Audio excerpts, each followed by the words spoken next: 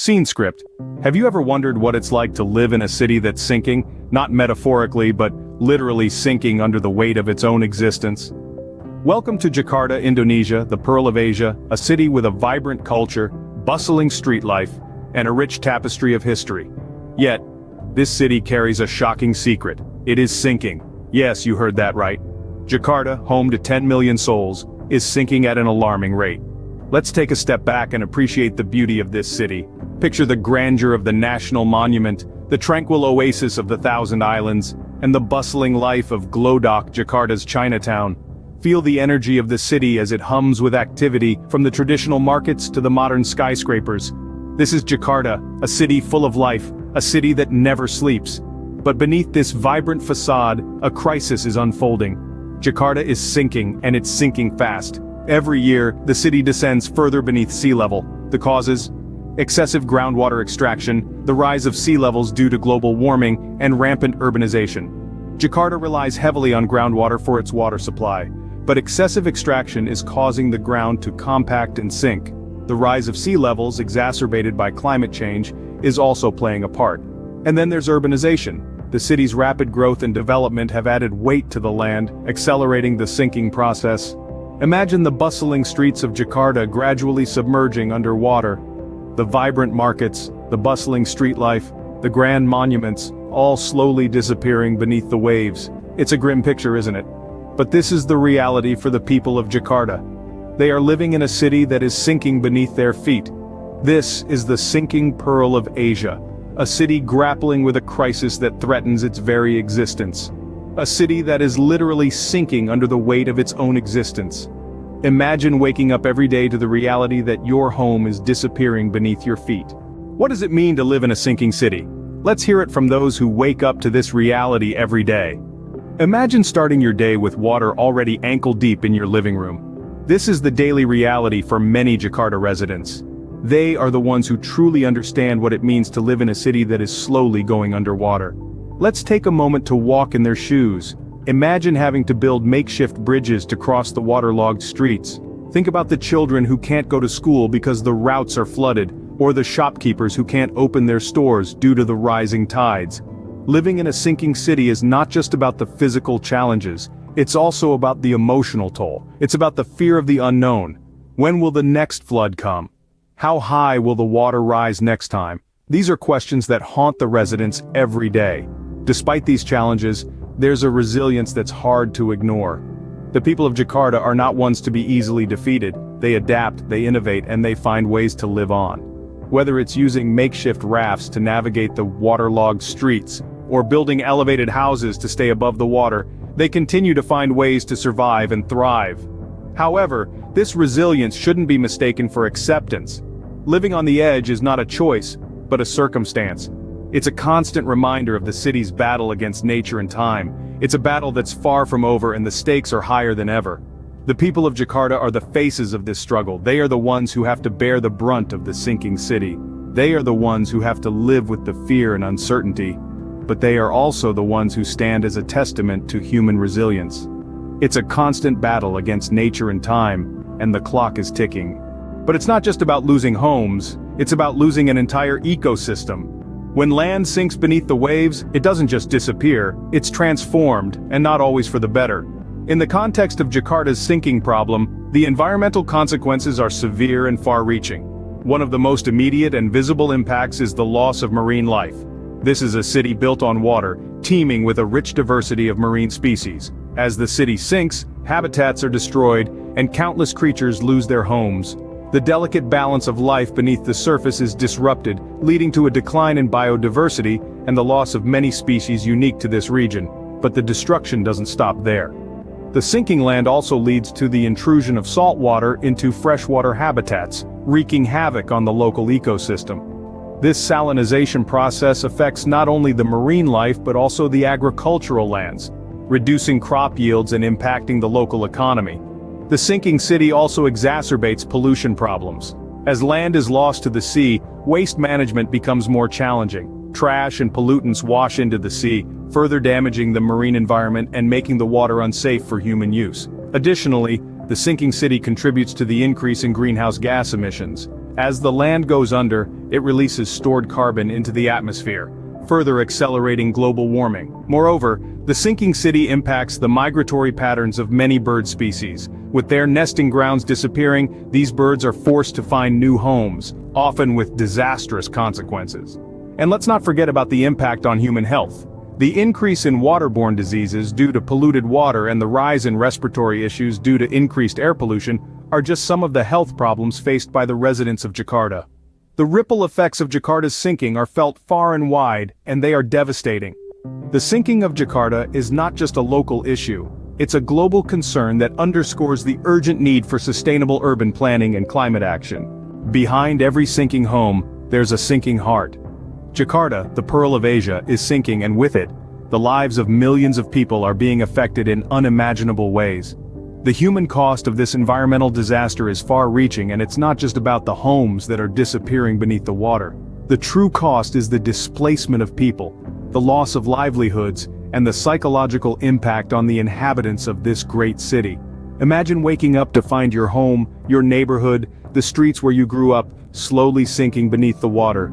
Each day brings a new challenge as you struggle to keep your head above the rising tides. This is the reality for the people of Jakarta. The city they call home is disappearing before their eyes, and with it, their sense of security and belonging. The displacement of people is a significant issue. Families are forced to leave their homes, their neighborhoods, their communities, and relocate to safer areas, often far from their workplaces and schools. This displacement disrupts social networks and shatters communities, leaving individuals isolated and vulnerable. The loss of livelihoods is another devastating blow. Many residents of Jakarta rely on local resources for their livelihoods. As their neighborhoods sink, so too do their sources of income. Fishermen lose their fishing grounds, shop owners lose their customers, and workers lose their jobs. This economic disruption further exacerbates the challenges faced by these individuals and their families. And then there's the psychological impact. The constant threat of flooding, the uncertainty of the future, the loss of home and livelihood, all take a toll on mental health. Anxiety, depression, and post-traumatic stress disorder are common among the residents of Jakarta, adding to the human cost of this environmental disaster. The sinking city is not just about statistics, it's about people and their lives. Each number represents a person, a family, a story, and each story is a reminder of the human cost of environmental change, a cost that is too often overlooked in the debate about climate change and its impacts. But all is not lost. The people of Jakarta are not going down without a fight. In the face of this monumental challenge, the residents of Jakarta have risen to the occasion, showing extraordinary resilience. They're combating the sinking city with resourcefulness and innovation. From small, individual efforts like reducing water consumption to larger, community-driven initiatives, every action counts in this battle against nature. The government, too, has rolled up its sleeves. A massive seawall project dubbed the Great Garuda is underway to keep the surrounding sea at bay. This ambitious endeavor, shaped like the mythical bird Garuda, symbolizes the country's struggle and determination to protect its capital. But it's not just about large-scale engineering projects. Authorities are also focusing on better water management. This includes enforcing stricter regulations on groundwater extraction, a significant contributor to the city's subsidence. Efforts are being made to provide clean piped water to every household, reducing the need for people to draw from the ground. Innovation is at the heart of Jakarta's Fightback. From the creation of urban farming spaces on rooftops to combat food shortages, to the development of floating schools for children in flood-prone areas, the city is adapting in remarkable ways. There's a newfound emphasis on sustainability, with more and more residents turning to solar power and rainwater harvesting. And let's not forget the power of human spirit. The people of Jakarta are showing the world what it means to stand together in the face of adversity. Neighborhoods are banding together, forming community groups to tackle local problems. They're planting mangroves to reduce erosion, cleaning up rivers, and educating others about the importance of environmental responsibility. The fight back against Jakarta's sinking is a testament to human resilience and ingenuity. It's a story of a city refusing to surrender, of a people determined to save their home. It's a struggle, yes, but it's also a story of hope. The spirit of Jakarta is as unyielding as its problem is big. The question now is, what can we do to help? Well, there are countless ways to contribute to the fight against Jakarta's sinking problem. The first and perhaps the most direct way is through monetary donations.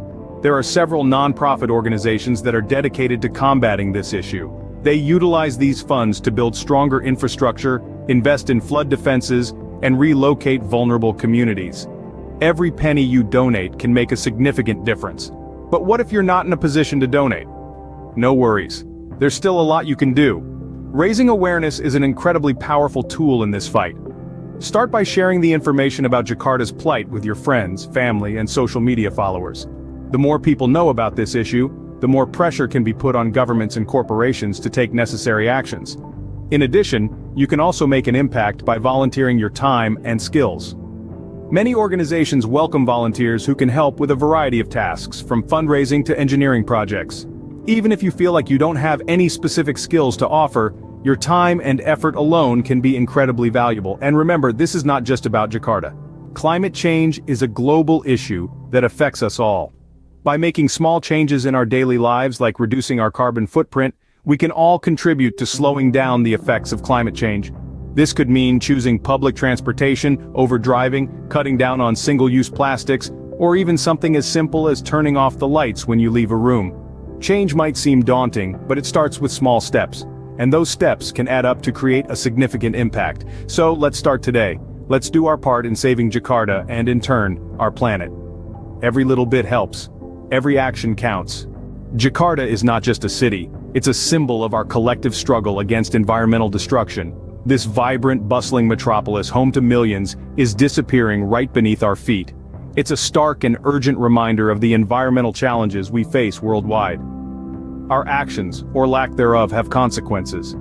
They ripple outwards, touching lives and lands far removed from our own. In Jakarta, these ripples have become waves that threaten to engulf an entire city. The consequences of our inaction are not some distant, abstract concept. They are real, they are tangible, and they are happening right now. We can no longer turn a blind eye to the plight of Jakarta.